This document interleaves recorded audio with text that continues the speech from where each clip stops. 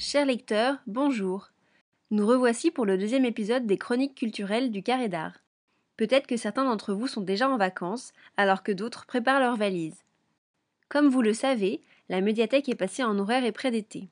Vous pouvez venir retirer vos réservations Click et Bookin les mardis, mercredis, vendredis et samedis de 10h à 13h et le jeudi de 16h à 19h. Vous pourrez garder les documents jusqu'au 1er septembre. De plus, le hall de la médiathèque vous est désormais ouvert afin que vous puissiez choisir parmi les nouveautés sur place. Mais revenons à notre émission. Pour vous aider à choisir vos lectures, Gradiela et Caroline se joindront à moi pour vous présenter 6 recommandations littéraires. Pour terminer, Gwen vous parlera des albums musicaux qu'elle a aimés parmi les nouveautés. Nous espérons sincèrement que ces recommandations vous plairont. Allez en place, c'est parti pour les chroniques culturelles du Carré d'Art.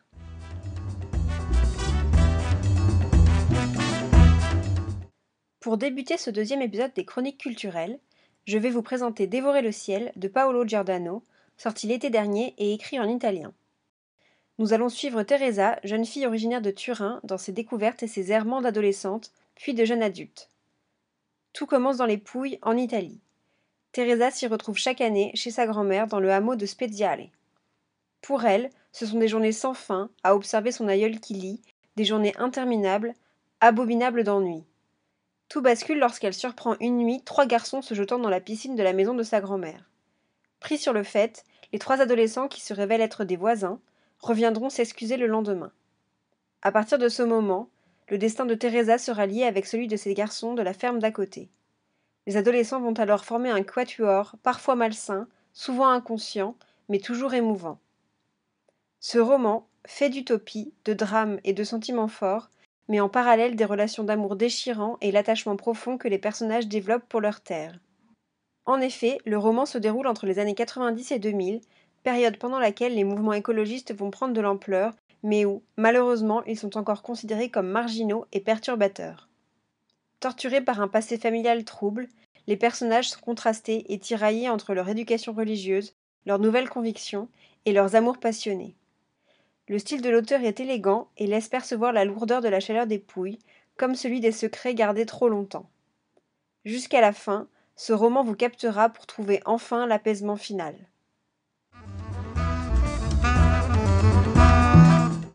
Dans le dernier titre du roman de Jenny Colgan, La charmante librairie des jours heureux, 2 termes ont attiré mon attention. Librairie et heureux. Je m'en suis donc emparée avec le sentiment que j'allais passer un bon moment en cette période estivale. Et je ne me suis pas trompée. L'héroïne, Nina, travaille à la bibliothèque de Birmingham, mais celle-ci doit fermer pour devenir un grand centre culturel. Fini les contacts intimistes avec les lecteurs et les conseils personnalisés. C'est peut-être pour elle l'occasion de changer de vie. Elle décide donc de réaliser son rêve, ouvrir sa propre librairie. Disposant de petits moyens, elle achète un van vu sur une annonce en Écosse qu'elle transformera en librairie ambulante. Nina va donc parcourir les Highlands, ces campagnes écossaises grandioses, rencontrer des personnages typiques ou atypiques qui ne manqueront pas de lui offrir de beaux instants d'émotion et donner un nouveau sens à son existence. Cette comédie romantique m'a transportée le temps d'une lecture dans ces hautes terres d'Écosse, ces collines, ces vallons et cette côte sauvage. Je recommande ce léger roman feel-good, plutôt dépaysant, à tous les amoureux de livres et de nature.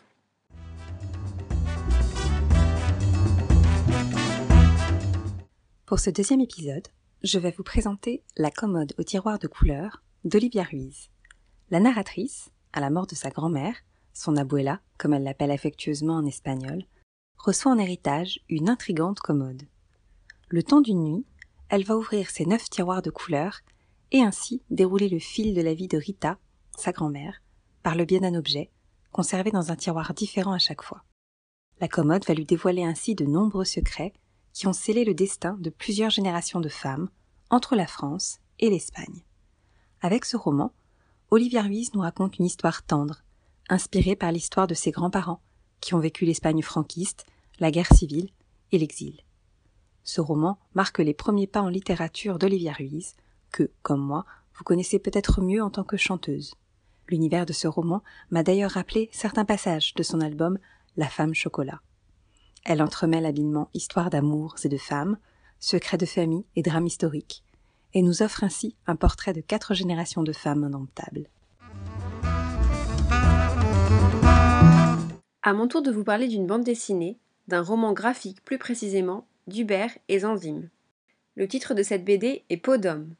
C'est malheureusement le dernier album que le dessinateur et le scénariste produiront ensemble, car Hubert, le scénariste, est décédé quelques mois avant la parution de la BD en juin 2020. Nous suivons le quotidien d'une ville italienne, à la Renaissance, et de Bianca, jeune fille de bonne famille, qui s'apprête à épouser Giovanni, un homme choisi par ses parents et dont elle ignore tout. À la même période, la marraine de Bianca lui fait part juste à temps d'un héritage secret que les femmes de la famille se transmettent depuis des générations. Une peau d'homme.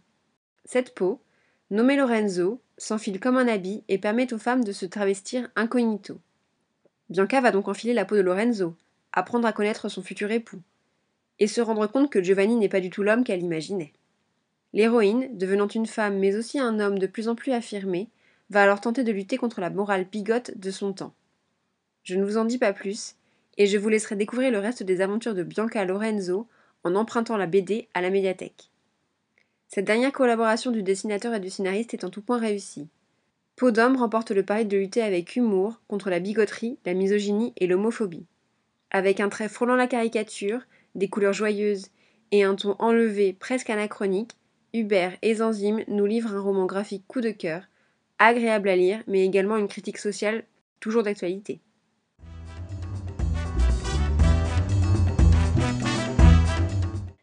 Le dernier roman d'Adèle Bréau s'intitule Les Frangines. Les Frangines, ce sont Mathilde l'élégante, Violette la discrète et Louise l'insouciante. 3 sœurs au tempérament très contrasté. Elles vont se retrouver le temps d'un été dans la maison familiale, la Garrigue, à Saint-Rémy-de-Provence. La Garrigue, c'est un petit coin de paradis, imprégné de souvenirs heureux.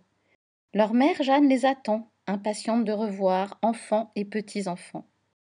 Il fait chaud, on prépare le repas, on se délasse dans la piscine, on part faire le marché. Mais malgré cette douce ambiance estivale, on va finir par tout se dire, sortir de terre ces terribles secrets de famille restés enfouis depuis si longtemps. Les masques vont tomber et les véritables personnalités se révéler. Les Frangines, c'est un roman qui réchauffe et sent bon la lavande, une lecture idéale sous le doux son des cigales.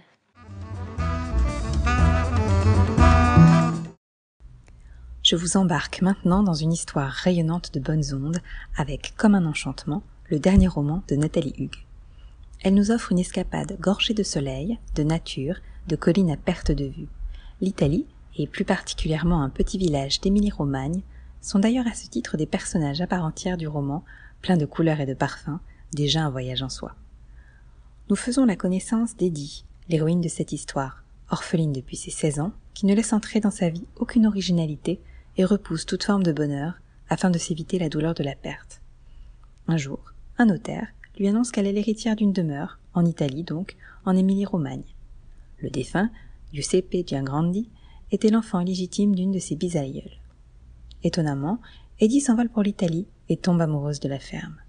Mais son notaire l'a prévenue, ce legs est un gouffre financier. Mais pour Eddie, c'est le début d'un enchantement.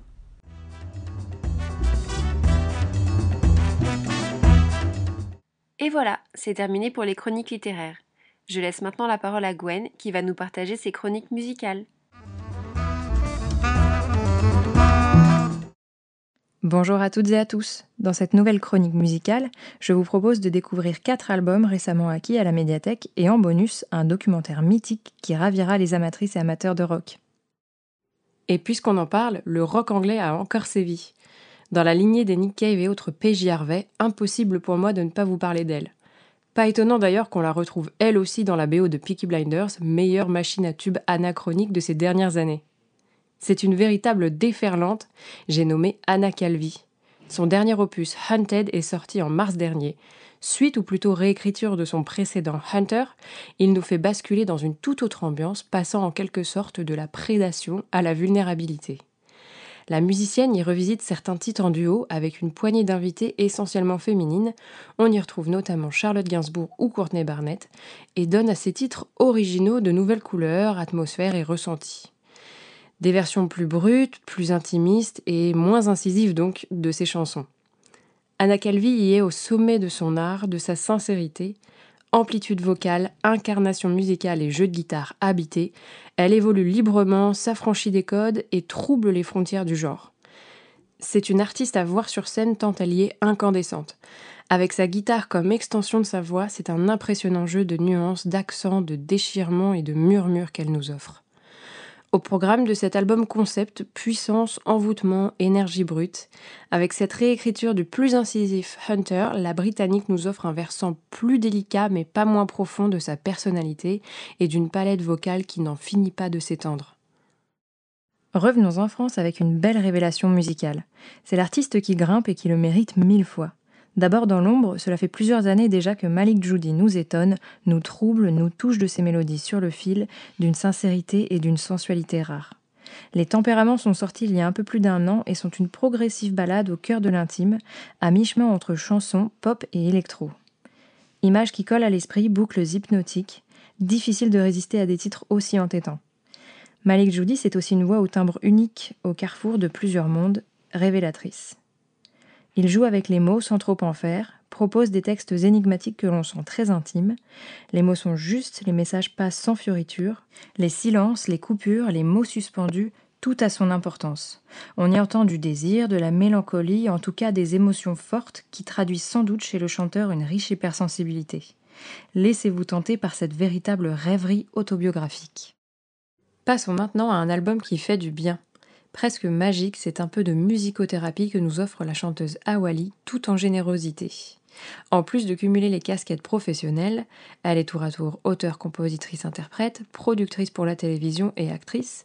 Elle fusionne avec une aisance déconcertante les genres dans son second album intitulé Safe and Sound, comprendre sain et sauf ou saine et sauve, arrivé à point nommé en mars dernier.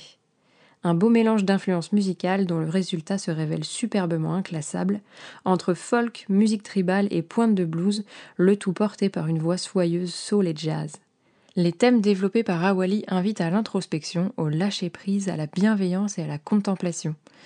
Empli de spiritualité et de sérénité, cet album rassemble aussi des invités de qualité comme le groupe de blues créole Delgrès sur le titre What Goes Around. L'écoute de cet album est vivifiante, apaisante et très éclairante à la fois. C'est véritablement un album qui donne de la force, des perspectives nouvelles pour soi-même, mais aussi collectives, voire universelles. On en ressort plus fort, guéri peut-être et enthousiasmé à coup sûr. Enfin, partons à la rencontre d'une association musicale bien inattendue et véritable découverte qui mérite le détour. D'abord, il y a Choukbois, orchestre de musique traditionnelle haïtien qui convoque rythmiques organiques et voix multiples s'unissant pour chanter la vie des Gonaïves, terre du vaudou. Les écouter, c'est comprendre l'essence de cette tradition spirituelle et religieuse tournant autour du chant, de la danse et la transe qui découle d'une expérience mêlant à la fois le corps et l'âme. C'est sensible mais aussi politique. Leur titre Mauvais temps en est une bonne illustration et peut se lire doublement. Il aborde les catastrophes naturelles mais également la corruption, toutes deux dévastatrices pour le pays. Ajoutez à cela le choc d'une rencontre musicale avec le duo de producteurs belges The Engströmers en 2016 et vous découvrirez une création originale. L'album Vaudou Allé, du vaudou électronique à la polyrythmie sublimée et amplifiée.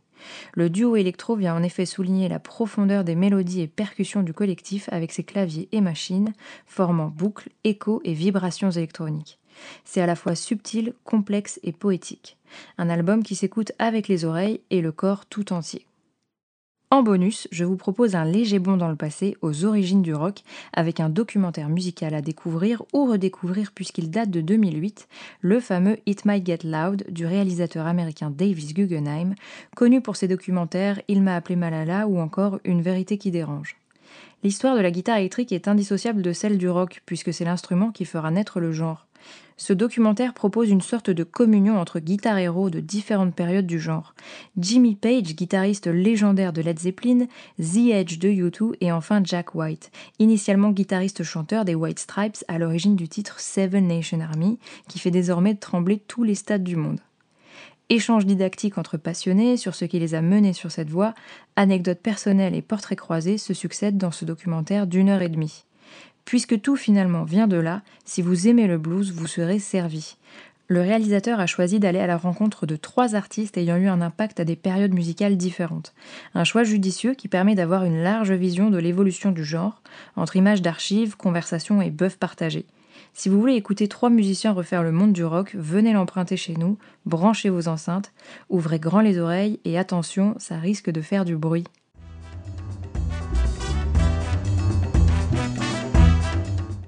Et oui, c'est déjà la fin de ce second épisode des Chroniques culturelles du Carré d'Art.